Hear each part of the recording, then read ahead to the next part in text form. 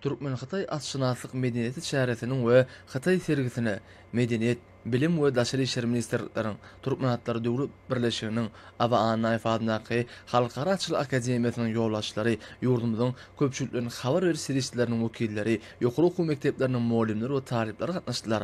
Halkara parahatçylyk gurnaşmakynyň şanly wakalary we senýanyny alamatlandyran halkara şäherleri ýurdumyzda durly ugrar boýunça ýoly oýulan hyzmatdaşlygyň many mazmun taýdan baýlaşýanyny has aýdanyň bilen äşkär etdi.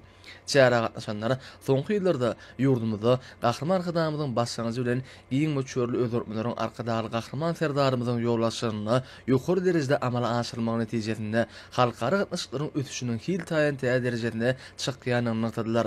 Bellenşäli dünýäniň durly ýurtlary şoltana Xitay Halk Respublikasy bilen ýoly bolan meden insan-perwer gatnaşyklary halkara hyzmatdaşlygyň möhüm ugurlarynyň biri bolup durýar.